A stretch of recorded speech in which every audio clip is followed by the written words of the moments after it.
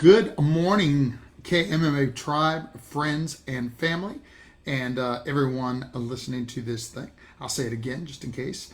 Good morning, KMMA tribe, friends, and family, and everybody listening to this video. It is February the 13th, the day after Super Bowl and the day before Valentine's Day. I thought that commercial was hilarious, by the way. Today, what I'm actually going to share with you are some lessons from the Super Bowl. I sat there and I was taking notes, and it's really for myself. One of my, I don't know what to call it, one of my habits, or one of my infatuations, one of my obsessions, one of the things I love to do is look for the leadership lessons in everything. And there was a bunch of them from the Super Bowl, and I don't mean from like who won or lost the Super Bowl, because there's no losers. They were just, it was amazing. Just to get to that place, of course, you have to be amazing on so many levels, and quite frankly, that game did not let down. It was a great game. So I don't mean that. I mean other things that I picked up along the way. And that, like, as is often the case in the things that I teach and share, I was working on me. I took the notes for me, but I'm just going to share them with you.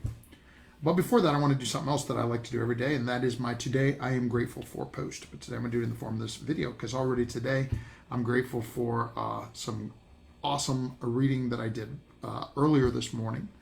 And that was Dean Graciosi, the early part of the morning. Then Barbara got up and we had our coffee time, and we had some great talk about what's important next in our mission. And then I went for a walk with Sassy, my 3-mile walk around my lake. And this morning I was listening to chapter 12 of Lead Like It Matters by Craig Groeschel. And I love Craig Groeschel, by the way. He's a great leadership teacher for my fellow leadership students. And, he happens to also be a pastor of Life Church. And this particular book says 7 leadership principles for a church that lasts. But I gotta tell you, it is certainly for any tribe that wants to last, right? Especially, I guess, if like me, you happen to also be a Christian and a leader. But whatever the case, the leadership principles are sound, because ultimately business is about people. And man, that book, I feel like God was talking directly through me, directly through Craig to me this morning in this book. And I'm excited for what's important next. Then I talked to Sensei Thomas on the way in. We had a great meeting. Actually finished it in here. And that was great. I'm grateful for him and Sensei Mac, who's going to join me at 1, and Sensei Charlie and Senpai Nathan and Senpai Aiden and Sensei Winston and all the rest. Miss Barbara, Miss Ruth, all the rest that are part of Team KMM. I'm just so grateful for all of them today. All right, now on to my lessons from the Super Bowl. I'm going to go as quick as I can. I'm already 3 minutes into this video, but I'm going to share all 13. Number 1, I took a note on the fact that both teams that made it to Super Bowl level, there was specific talk about how cool the coaches are, how fun their locker room is, how much the players want to play for them. Their method of leadership inspires and empowers their team. Very exciting, because that's what I strive to do, and I always succeed. But I thought that was significant. 2, owners building the right team. They were talking about how both of the owners had been able to analyze and identify their specific weaknesses and go out and get the people to fill those weaknesses. I thought, wow, that's another piece of what we do, right? We do. I don't know what you do. Everybody listening to this has their own specific calling. I know in mine, I need to be a cool coach. And I know in mine that I also need to be a great owner, being strategic about the moves that I make, both in team building and everything else. Number 3 was that they were talking to Mahomes on what he's learned since the first 2 Super Bowls. And this is what he said. This is what I heard him say that I thought was awesome. He said this was part of his personal growth. Not to try and do it all himself, to rely on his teammates. He said, I don't have to be Superman. That spoke to me too. I thought that was another great leadership lesson. Number 4, on a related note, I made the observation, Mahomes had a great offensive line, right? Because, he could be as great a quarterback as he is, and if that line isn't holding for him, of course he can't do what he did. Nor if he had the receivers to receive the ball, nor all the things. It's a team effort, right? That's really the thing there. Number 5, the national anthem vision. So the other coach, Sirianni, who I thought was super cool too. I really liked that dude. But there was this picture of him crying during Chris Stapleton's rendition of the national anthem that went all social. And I loved it, by the way. I thought it was a great rendition of the national anthem. I thought it was awesome that we had a country music star up there for a change. But that's just me. That part's not relevant to the leadership piece. This part is. Yeah, it was cool to watch him crying, but I had listened to a backstory during the pregame show. And the backstory was that he often had the vision, like here we teach our students to make vision boards. We teach them to envision becoming black belt leaders, right? Well, he had done that process, the process of vision. He had disciplined the vision of him being at the Super Bowl, listening to the national anthem. And he had used the Whitney Houston version, but I don't think that was the relevant part. I think the relevant part was that in his vision, he was at the Super Bowl standing for the national anthem. So as great as Chris Stapleton's rendition of the national anthem was, I don't think that's what brought him to tears. I don't even think it was patriotism that brought him to tears, though it's true that Chris Stapleton did a great job, and it's true that the national anthem brings me to tears every time. And I believe he's a patriot too. But I believe that more than anything, what brought him to tears was the powerful emotions that come when we actually get to step into the vision we've created. I get chills just thinking about it. And, I thought that was a great testament to the power of vision. He was there, right? 2 years as a head coach, and he had his team in the Super Bowl. And I believe that the power of vision was part of that.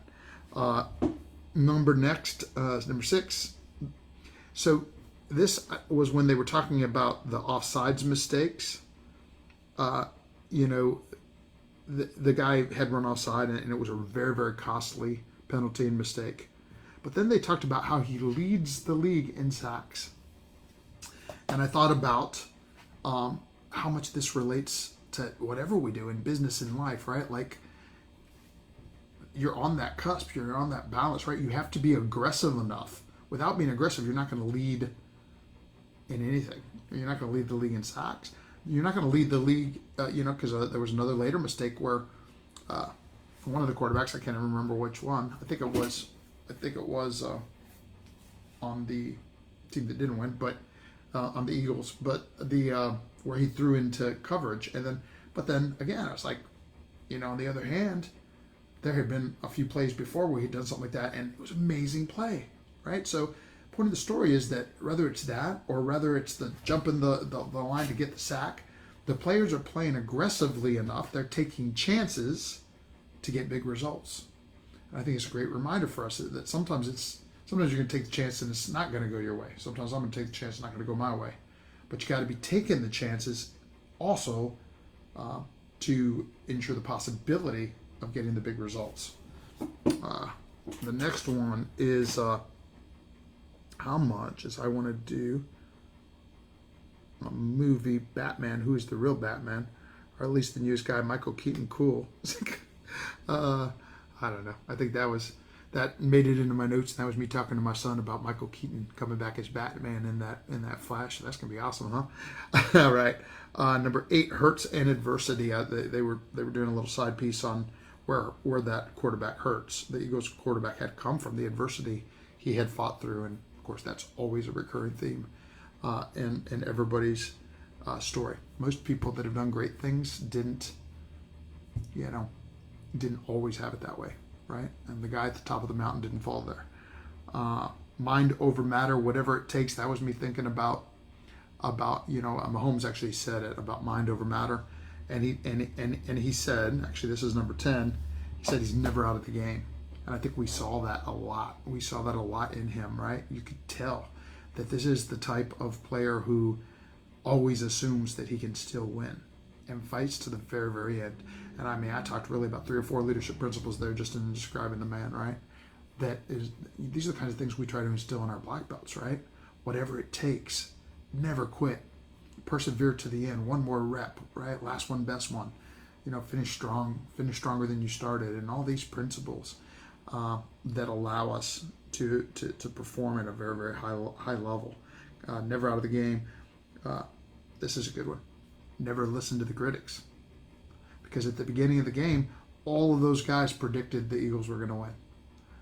To be honest, I'm a Buccaneers fan, so I didn't care at the beginning of the game who won. But after that, I started rooting. Honestly, that was when I was rooting for Mahomes, for the Chiefs. Was because I was like, oh, okay, they're the underdogs. And I like that thing where they go, oh, whatever that thing. So, but they're the underdogs. And, and I like the coach and I like the quarterback. But it was really, honestly, because the critics said that they weren't going to win. All the critics agreed. What an important lesson for us to remember not to listen to the critics. By the way, The Critic is one of my favorite speeches of all times. So make sure you, if you've never heard that you pull that up. Anyway, the number next. Oh, this was a good one. 35-35. Not over till it's over, right? Like if you saw the game, you know what I'm talking about. Yeah, at that moment in time, it was a new game. There was no telling who was going to win, right? 35-35. It's not over till it's over. Of course, it's leadership lesson behind that. And the last one is run hard even when it hurts. I guess this really, really ties to the one I said, whatever it takes. But, and you saw Mahomes when he made that run and got the first down, and you could tell he was in pain. That ankle was hurting. But that wasn't relevant at that moment. What was relevant was the mission, the goal, and what he had to do, right? These are just a few. I'm sure there's so many more. But I was taking quick notes because, I'm a leadership junkie. It's what I love to do. I hope that this has also been a little helpful to you. More importantly, I hope you're ready to lead this week and make it a great one. Prepare to live in power to lead. I am Shihan Steven Del Castillo with Grandmaster Martial Arts. Peace out.